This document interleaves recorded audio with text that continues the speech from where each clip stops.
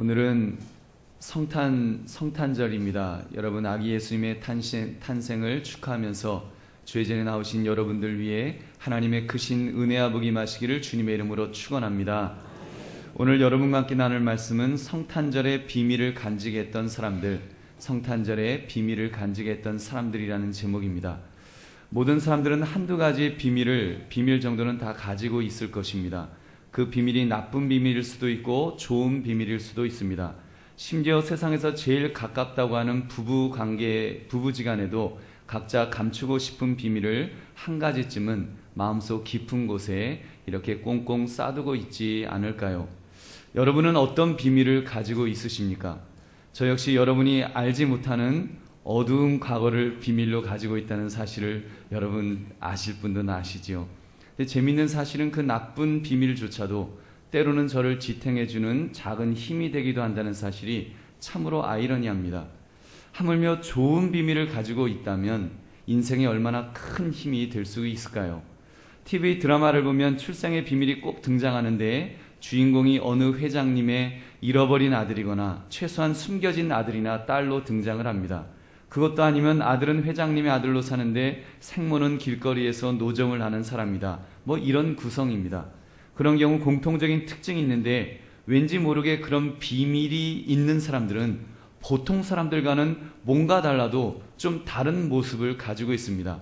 남들처럼 작은 일에 연연하지 않고 출세에 대한 욕심도 없고 세상을 초연한 사람처럼 아주 착하게 이렇게 사는데도 결국은 부와 권력이 그 사람에게 다 온다. 이런 해피엔딩의 이런 결론으로 마무리가 됩니다. 그런 걸 보면 역시 회장님 아들은 회장님 딸은 뭐가 달라도 다르구나 이런 것을 느끼곤 했습니다. 그렇게 볼 때 여러분 우리 기독교인들은 어떤 사람일까요? 우리는 출생의 비밀은 아니지만 출생의 비밀보다 훨씬 더 큰 비밀을 가지고 사는 사람들이 아니겠습니까? 이 놀라운 비밀을 여러분 우리가 어떤 비밀을 갖고 있는지 여러분 알고 계시는가요? 오늘 본문에 보면 그 등장하는 마리아를 보십시오. 아기 예수님의 탄생에서부터 목자들이 찾아와 아기 예수님께 경배할 때 마리아는 마음속에 아기 예수님에 대한 많은 비밀을 간직하고 있었습니다. 여러분 마리아에게 어떤 일이 있었는지 여러분이 잘 아실 것입니다. 남자의 손 한번 잡아보지 않았던 마리아에게 천사가 나타나서 너가 이제 아기를 가질 것이다 라는 예고를 받게 됩니다. 마리아는 너무 놀라서 나는 남자를 알지 못하니 어찌 이 일이 있으리까 반문했습니다. 그때 천사가 대답하기를 성령이 내게 임하시고 지극히 높으신 이의 능력이 너를 덮으시리니 이러므로 나실 바 거룩한 이는 하나님의 아들이라 일컬어지리라. 그때 마리아가 주의 여종이오니 말씀대로 내게 이루어지다라고 고백하면서 순종했습니다. 그렇게 해서 이제 해산할 날이 되었을 때 드디어 마리아가 아기 예수님을 낳게 되었습니다. 그때 산부인과 병원이 있었던 것도 아니고 더구나 들어갈 방조차도 없었기 때문에 마리아는 마구간에서 아기 예수님을 출산해야 했습니다. 바로 그때 목자들이 온 것입니다. 그리고는 그 아기께 경배하며 자기들이 천사들로부터 들은 이야기를 고백하며 이 아기가 하나님의 아들이심을 이렇게 증언했던 것입니다. 이에 19절을 보면 마리아는 이 모든 말을 마음에 새기어 생각하니라 이렇게 성경은 기록합니다. 즉 마리아는 마음속에 성자 예수 그리스도의 탄생에 대한 비밀을 간직하고 있었다는 것입니다.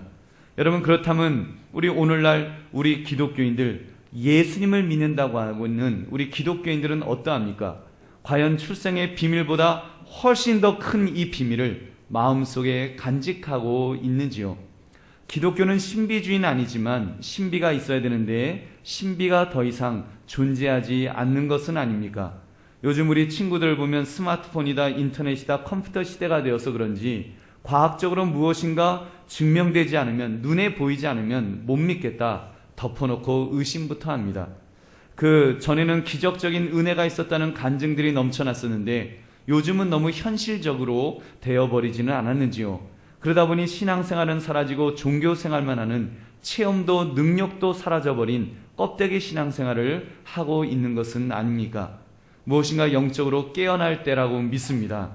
여러분 그러므로 이 성탄의 아침 이 예배를 통해서 성탄의 비밀이 회복되시는 저와 여러분 되시기를 주님의 이름으로 축원합니다. 세 가지 비밀을 우리가 함께 나누기를 원합니다. 첫째, 우리는 출생의 비밀을 간직하고 사는 사람입니다. 출생의 비밀을 간직하고 사는 사람입니다.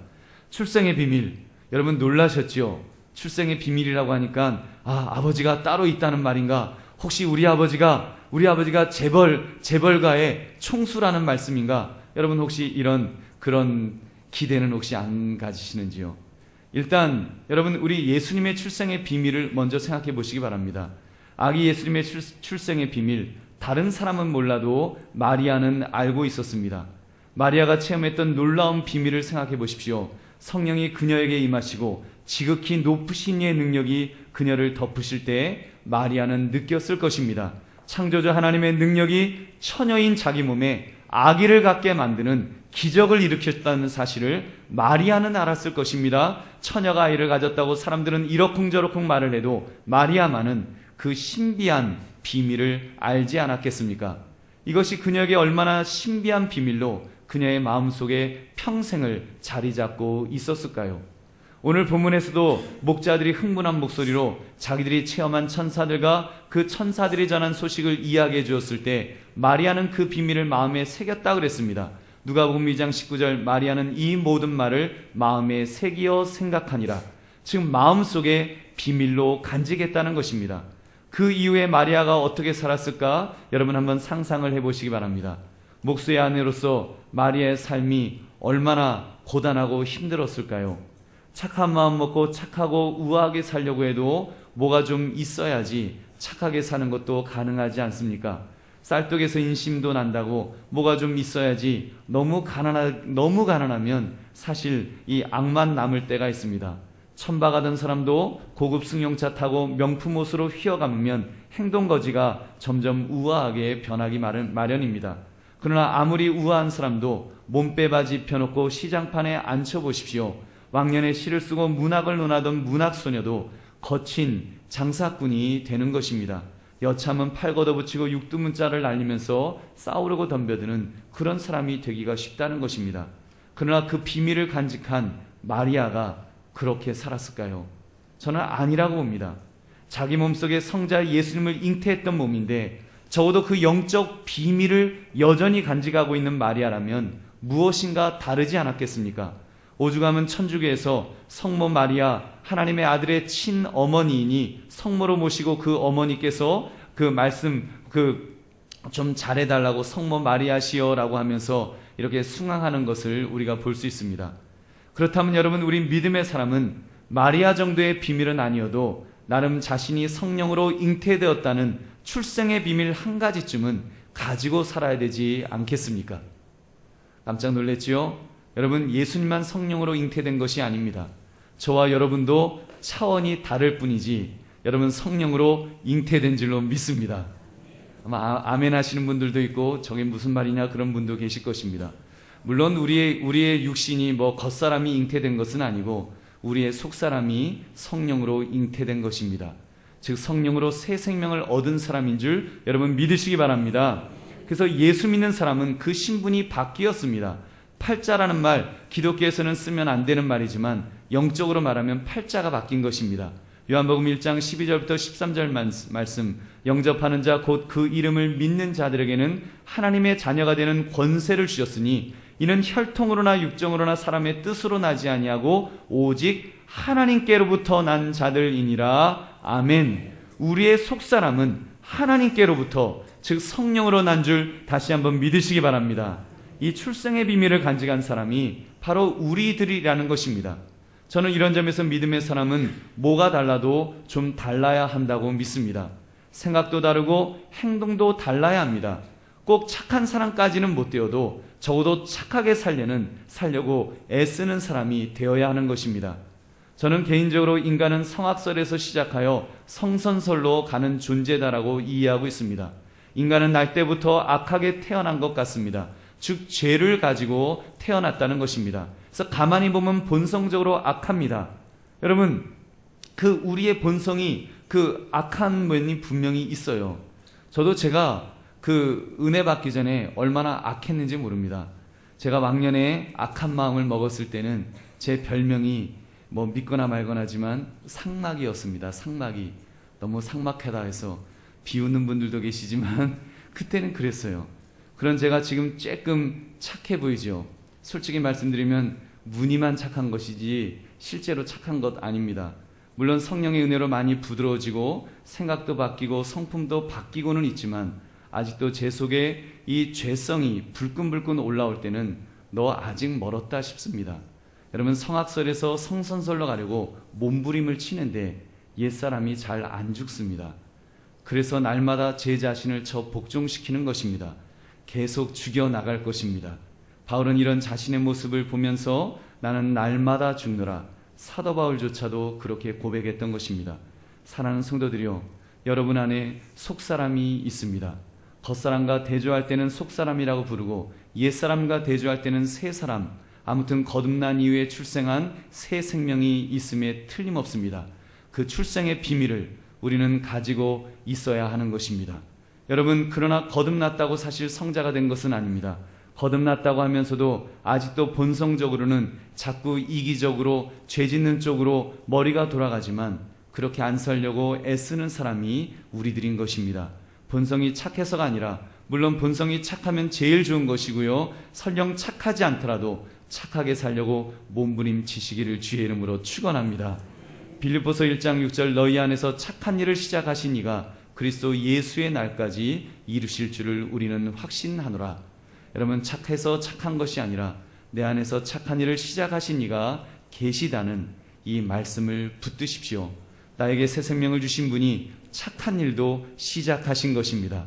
그러므로 우리는 변화될 것입니다. 어제보다는 오늘이 낫고 오늘보다는 내일이 나은 삶을 살 것입니다. 그렇게 점점 변화될 수 있습니다.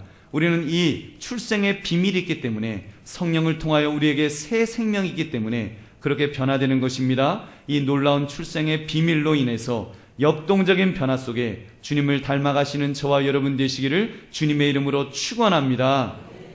둘째, 우리는 구원의 비밀을 간직하고 사는 사람입니다. 목자들을 통해 귀가 따갑도록 들었던 말씀은 구원자가 나셨다는 말씀이었습니다. 누가복음 2장 11절 우리 한번 같이 읽겠습니다.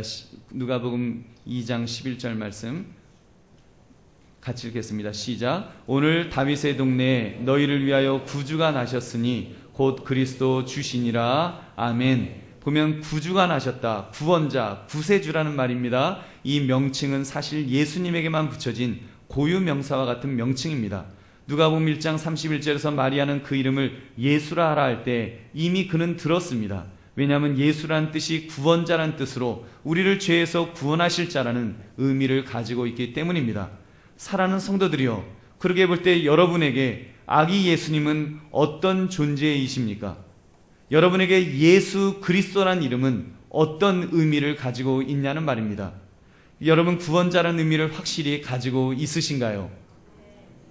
또 아멘 하시는 분들도 있고 안 하신 분들도 있는데, 여러분, 요한복음 3장 16절 말씀 우리 같이 읽어보겠습니다. 시작. 하나님이 세상을 이처럼 사랑하사 독생자를 주셨으니 이는 그를 믿는 자마다 멸망하지 않고 영생을 얻게 하려 하심이라. 아멘. 아기 예수님을 주셨으니 이는 그를 믿는 자마다 멸망하지 않고 영생을 얻게 하려 하심이라. 아멘. 여러분, 멸망하지 않고 영생을 얻는다. 여러분, 우리의 구원자라는 말씀이 아닙니까? 여러분, 이 말씀이 들리십니까? 이 말씀이 여러분의 심령에 잘 박힌 모처럼, 그리고 비밀로 여러분의 심령 깊은 곳에 자리 잡고 있느냐는 것입니다. 여러분, 저는 아마 여러분 중에 아멘 하시는 분들도 분명히 있었고, 또 솔직히 아닐지도 모르겠다는 그런 생각도 해봅니다. 왜냐하면 인간은 자꾸 망각이라는 병을 앓고 있기 때문입니다. 최근 국제시장이라는 영화가 개봉되었습니다. 저는 아직 보지는 못했지만 거기에 1950년 12월 24일에 있었던 흥남부두 철수 장면이 나온다고 합니다. 함경남도 서쪽에 위치한 흥남부두에서 중공군에게 밀린 육군과 미군이 철수작전을 시작했는데, 군인이 10만 명이었지만 민간인 피난민도 10만 명 이상이 몰려왔다는 것입니다. 그들을 구출해 주었는데, 그들을 그냥 두면 다 죽게 생겨서, 중공군에게 죽게 생겨서 그들을 구출해 주었는데, 미국의 그 빅토리오라는 배는 무기를 다 버리고 피난민 1만 4천 명을 실어서 구원해 주는 그런 일도 있었다는 것입니다. 그런데 이 놀라운 구출 작전을 알고 있는 한국 사람들이 얼마나 될런지요. 아이러니하게도 그때 철수작전의 참모장이었던 에드워드 포니 대령의 손자가 서울대학교 국제대학원 1학년인데 뼈아픈 이야기를 했다는 것입니다. 대학원에서 만난 한국 젊은이 대부분이 6.25 전쟁에 대해 잘 몰라요. 그래서 우리 증조 할아버지가 참여한 흥남 철수작전을 외국인인 내가 자세히 얘기해주고 관심 있게 듣는 모습을 볼 때마다 보람을 느껴요. 외국인이 우리에게 6.25에 대한 이야기를 해주고, 그리고 그 한국 사람들이 외국인으로부터 그 이야기를 듣고 있다는 것입니다. 무슨 말입니까? 우리는 새까맣게 잊어버렸다는 것입니다. 잊어버려서 아예 그 이야기를 해주지도 않았다는 것입니다. 우리가 어떻게 구조되었는지, 그 6.25라는 전쟁으로 인해서 어떤 도움을 받았었는지를 까맣게 잊어버리고 살고 있다는 사실입니다. 제가 왜 이 말씀을 드리는가 하면 불과 60년 전에 있었던 실제 구원 사건도 우리가 잘 기억도 못하고 있는데 2000년 전 사건이 기억이 될까요? 어마어마한 군함들이 동원되었고 실제로 무기를 바다에 던져 그 배를 가볍게 한 후에 그 수만 명의 사람들을 태웠던 그 사건, 그 사건도 잊어버리는 마당에 말구에서 태어난 아기 예수님이 인류의 구원자라는 사실이 제대로 기억될 수 있겠냐는 말입니다. 그러나 사랑하는 성도들이여, 믿음의 사람은 이 구원의 비밀을 간직하고 사는 사람인 줄 믿으시기 바랍니다. 여러분, 우리의 머리로는 기억할 수 없지만 믿음의 눈으로 보게 되면 이 구원의 비밀을 기억할 수 있습니다. 우리 인생에서 구원의 비밀을 확실하게 간직하느냐, 간직하지 못하느냐에 따라서 전혀 다른 인생의 결과를 얻게 될 것입니다. 이 시대에 얼마나 각박하고 어려운 삶을 우리가 살고 있습니까? 마치 고아처럼 이 땅에 팽개쳐 버려진 듯한 것이 인생이 아닐까요? 우리 어린 학생들도 이 자리에 있지만 얼마나 인생이 힘들고 어렵습니까? 부모님이 계셔도 아무개 부자 아빠처럼 돈을 잘 벌어다 주는 것도 아니고 알바해야 하고 이런저런 걱정을 늘 하게 만드는 아빠, 그런 속에서 아이들은 불안할 수밖에 없습니다. 모두가 불안한 것입니다. 인생 자체가 불안합니다. 이때 우리를 이 절망적인 상황에서 지탱해주고 붙들어주는 것은 예수 그리스도, 우리의 구원자밖에 안 계신 줄로 믿습니다. 그래서 주님이 계시면 우리는 흔들리지 않을 수 있습니다. 주님 때문에 우리는 소망을 가질 수 있는 것입니다. 사실 우리 스스로도 우리 자신에게 실망할 때가 얼마나 많습니까? 내 자신을 바라보며 인생을 어떻게 그렇게 사냐? 너도 인간이냐? 스스로에게 실망하고 때로는 자신을 경멸할 때도 있지요. 학교에서 선생님과 친구들이, 집에서 부모님과 형제들이 공부 못한다고 무시할 때면 살고 싶지 않다는 충동도 느낄 것입니다. 이때 나를 절망해서 죄의 저주에서 그래도 구원해 주시고 그래도 붙들어 주시는 분이 계시다면 예수 그리스도밖에 안 계신 줄 믿으시기 바랍니다. 너는 존귀하다. 너는 나의 사랑하는 자다. 내가 너를 위해서 핏값을 주고 내가 너를 샀다라고 주께서 말씀하실 때 여러분, 우리의 상처받은 심령이 다시 회복되게 될 줄로 믿습니다. 여러분, 그러면서 우리의 인생이 주님의 음성을 들을 때 우리가 바뀌는 것입니다. 여러분, 신앙생활은 바로 그 예수 그리스도를 구원자로 모시고 사는 것입니다. 그 구원의 비밀이 우리 속에 있어야 됩니다. 그렇기 때문에 겉모습은 똑같아 보일지 모르지만 똑같지가 않습니다. 믿는 사람은 전혀 다른 것입니다. 극단적인 절망 속에서도 우리는 얼마든지 다른 인생을 살 수 있습니다. 여러분, 만약에 여러분이 수영선수였는데 다이빙을 하다가 척추를 다쳐 전신마비의 장애를 입게 되었다. 그래서 정말 꼼짝도 못하고 누워있게 된다면 여러분 어떻게 사시겠습니까? 절망하지 않을까요? 실제로 미국 체스빅 베이에서 조니 에릭슨이라는 선수가 전신마비가 되어 이렇게 침상에 누워 절망 속에서 하루하루를 살고 있었습니다. 이때 한 전도자가 찾아와서 하나님의 사랑을 전했습니다. 그러니까 이 조니가 말하기를 화를 내면서 내가 지금 이런 비참한 상황에 있는데 하나님이 나를 사랑하신다고요? 그러면 내 병을 뭐 고쳐갖고 지금 내가 벌떡 일어나게 해주시는지 이게 뭡니까 하면서 이렇게 반발했다는 것입니다. 그런 조니를 그 전도자는 끊임없이 곁에서 주님을 증거했다는 것입니다. 조니 씨, 주님은 우리의 구원자십니다. 주님께서 당신을 붙들어 주실 것입니다. 그런 말씀을 들으면서 조니는 서서히 마음의 문을 열기 시작했고 성경도 같이 공부하다가 이렇게 마침내는 이런 도전을 받았습니다. 조니, 당신이 이런 역경 속에서도 구원자 하나님을 바라보며 감사할 수 있는 사람이 될 수 있다면 당신은 하나님을 위해서 가장 놀랍게 쓰임받는 일꾼이 될 수 있을 것입니다. 그 말에 이 사람이 도전을 받았어요. 입으로 펜을 물고 그림을 그리기 시작했는데 점점 감동적인 그림을 그리게 되었습니다. 그는 그림을 그린 후에는 사인으로 PTL, Praise the Lord, 이 영어의 첫 글자를 따서 하나님을 찬양합니다라는 글자를 새겨 넣었다는 것입니다. 나중에 조니가 늘 사용했던 그 펜 회사에서 이 사실을 알고 그를 명예 직원으로 임명하면서 평생을 보장하겠다. 그리고 그의 그림을 회사 광고마다 집어넣으면서 이 그림 광고가 나갈 때마다 반드시 PTL이라는 Praise the Lord, 하나님을 찬양합니다 하는 이 글자를 새겨서 전 세계적으로 출시를 하고 있다는 것입니다. 그러면서 그는 아주 유명한 그런 사람이 되었습니다. 어떻게 이런 일이 가능했을까요? 그의 마음속에 구원의 비밀, 그런 장애를 가진 자까지 구원하시는 하나님의 사랑이 깨달아졌기 때문에 가능했던 것입니다. 할렐루야. 여러분, 그러나 그 조니조차도 처음부터 그 사랑이 깨달아졌던 것은 아닐 것입니다. 처음에는 잘 안 믿어졌지만 결심하고 내가 의지적이라도 나는 나의 구원자 하나님께 감사하리라, 감사를 하다 보니 그런 높은 지경의 믿음의 사람이 된 것입니다. 사랑하는 성도들이여, 지금 삶이 고단하십니까? 여러분, 이 성탄절이지만 아마 여러분 중에 기쁨보다는 기쁘지 않은 분도 계실 것입니다. 그러나 우리는 나를 구원하신 분의 비밀을 간직한 그런 사람이기 때문에 다시 힘을 낼 수가 있습니다. 절망하지 마시기 바랍니다. 우리 주님께서 우리를 격려하시기 때문에, 여러분, 격려하시기 위해서 가장 낮은 곳 마국간에 태어나시며 말구에 누워서 내가 너를 구원하리라, 내가 너를 이해하며 내가 너를 붙들어 주리라고 우리 주님께서 말씀하십니다. 그 주님은 나의 구원자가 되셔서 나에게 손을 뻗치면서 나를 이끌어주시는 분인 줄 믿으시기 바랍니다. 마태복음 11장 28절, 수고하고 무거운 짐진 자들아 다 내게로 오라, 내가 너희를 쉬게 하리라. 주께서 우리를 초청하시면서 우리를 이끌어 주실 때 이 구원의 비밀을 간직한 자로서 그 주님을 붙드심으로 오늘도 힘있게 다시 용기를 내시는 저와 여러분 되시기를 주님의 이름으로 축원합니다. 셋째, 우리는 나를 이끌어 주신 분의 종국의 비밀, 천국의 비밀을 간직하고 사는 사람입니다. 나를 이끌어 주신 분은 우리를 어디로 구원하시는지 아시는 분이십니다. 생각해 보십시오. 구출작전을 하러 온 사람이 나를 구출한다고 와놓고는 이제 어디로 가요? 그러는데 어디로 가지? 만약에 몰라갖고 만약에 우왕좌왕한다면 어떻게 되겠습니까? 기가 막히지 않을까요?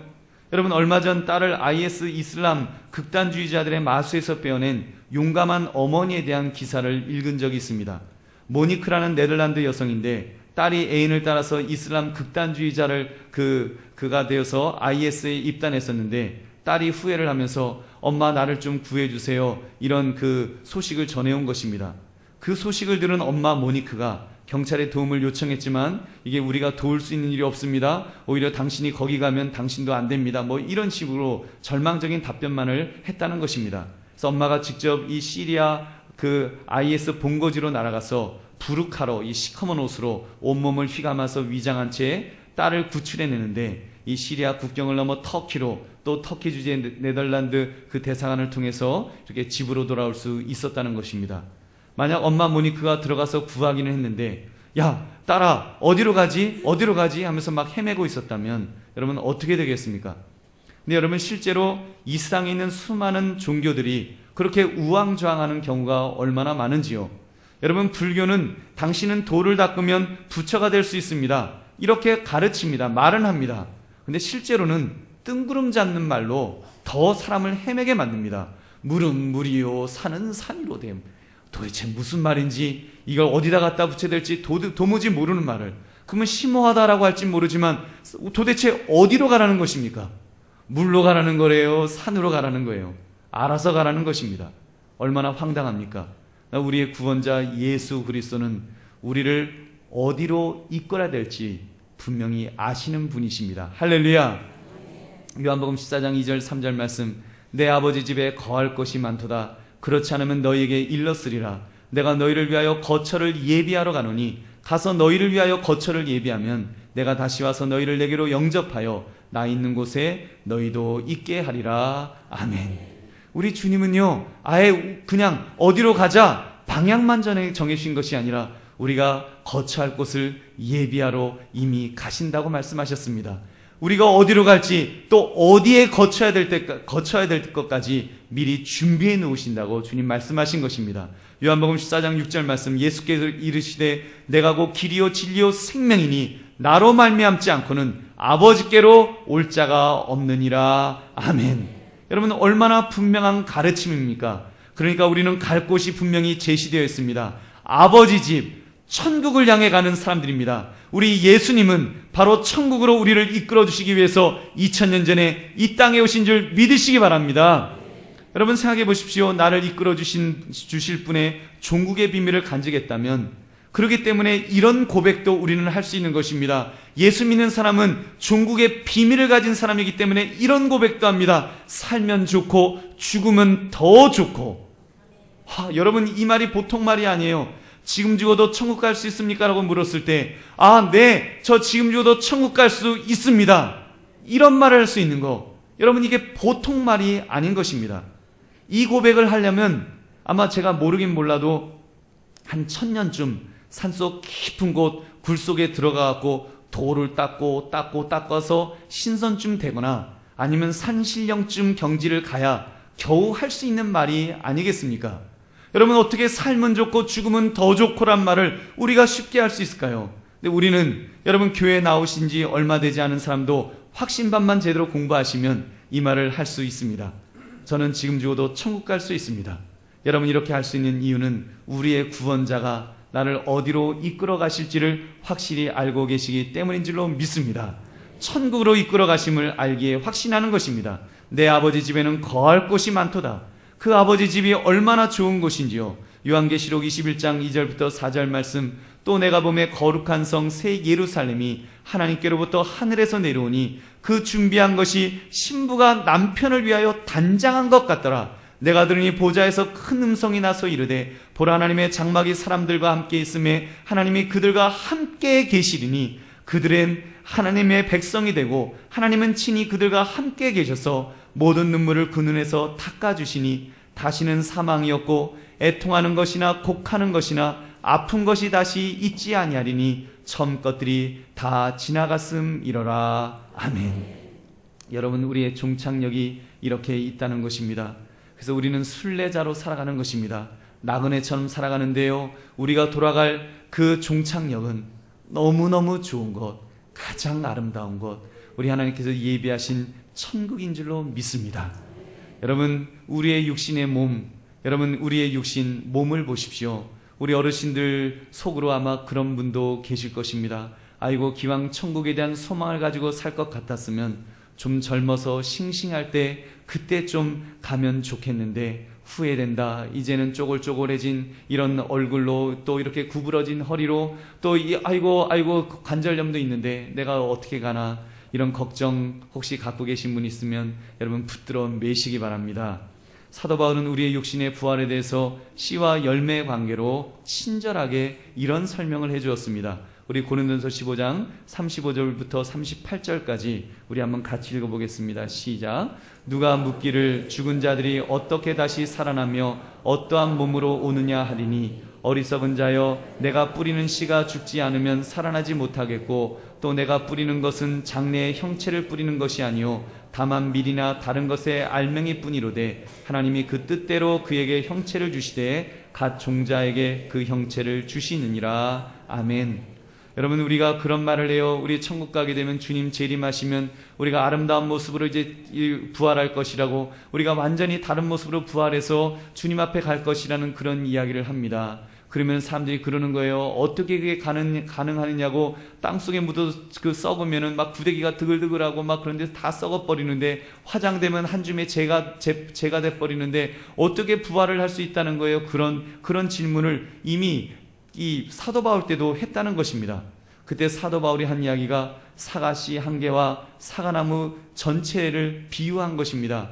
자, 봐라, 사과씨하고 사과나무하고 한번 보아라. 이게 전혀 다르지 않느냐? 전혀 다른데 사과씨 한 개를 땅속에 심었더니 그 씨앗이 땅속에서 죽어서 썩으면 거기서 새싹이 나고 나무가 되고 풍성한 열매를 맺게 되면 얼마나 풍성한 열매들이, 사과들이 주렁주렁 열리게 되지 않느냐.